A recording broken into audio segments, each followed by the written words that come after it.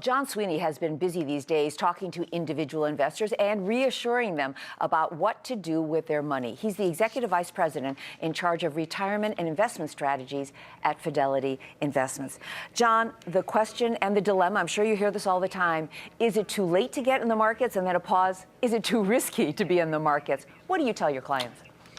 Right. We try and have customers understand the role of equities, particularly in their portfolios. So you remember that equities are the place where you want to outpace inflation. So we always want to have consumers understand how much equities they want to have in their portfolios. For young investors, that means they're going to have almost all of their portfolio in equities if they're saving for retirement that's 40 years in the future. But even for retirees, a 65-year-old should probably have about half of their retirement portfolio in stocks because they're trying to plan for a 30-year time horizon in which they're going to need to live off those investments. But the nervousness about the markets and the direction and all that kind of stuff, there's still a lot of people who are putting money into bonds. Yes, a lot of money has been flowing into stock mutual funds, but still at a pretty good clip, they're going into bonds. And Warren Buffett just earlier this week was talking about investing in bonds. Let's take a listen. I'd like to get your reaction. I like owning stocks. I do not like owning bonds now. There could be conditions under which we would own bonds, but there are conditions far different than what exists now. Bonds are priced artificially. You've got some guy buying $85 billion a month, and that will change at some point. And when it changes, people could lose a lot of money if they're in long-term bonds. So, John, is Warren Buffett right about it? Is it too risky to be in bonds? Well, he talks about the Fed's $85 billion purchases of bonds every quarter. And what you have there is you have, obviously, them trying to stimulate the economy. And what we've been waiting for several years now is that inflation to kick in. And so what we see is the Fed policy continuing over long periods of time.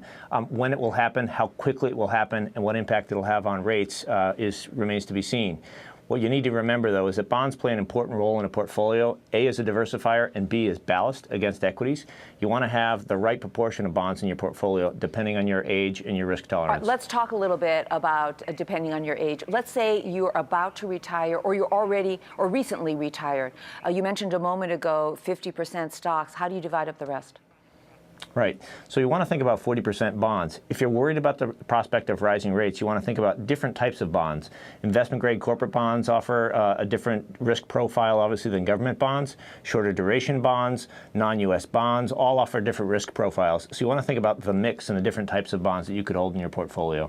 You know, one of the things that makes investors nervous, and you heard the story that Jane Wells just did, they're worried that the markets are rigged, they're worried it's risky, they're worried that another shoe will drop and markets will plunge. I'm sure you hear this all the time. What do you tell people? Right. So remember risk. You're taking risk because you want to get a return. So when you invest in a company, you're looking for companies that are growing their earnings and really take business risk in order to grow earnings on your behalf. And you're going to have to trust that the management of those companies know what they're doing.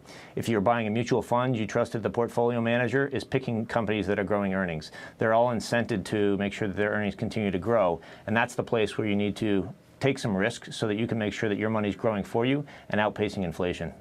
What's your advice to investors in terms of if they have some money and they want to put it into the markets, buying a few stocks that they think are high-quality stocks versus going into a mutual fund? I know Fidelity runs a lot of funds, but I mean, generally speaking, which way are investors, especially nervous ones, better off? Well, we certainly serve both investors who select their own securities plus investors who invest through mutual funds. The question is diversification. So you don't want to put your stocks in just a few names because we all know the history of companies that were once high flyers and have subsequently crashed. The great thing about an actively managed fund is you have a fund manager who's spending every waking hour looking at those earnings statements, looking and interviewing corporate CEOs, CFOs, and trying to make the best decisions on your behalf. So we talk about skill, will, and time.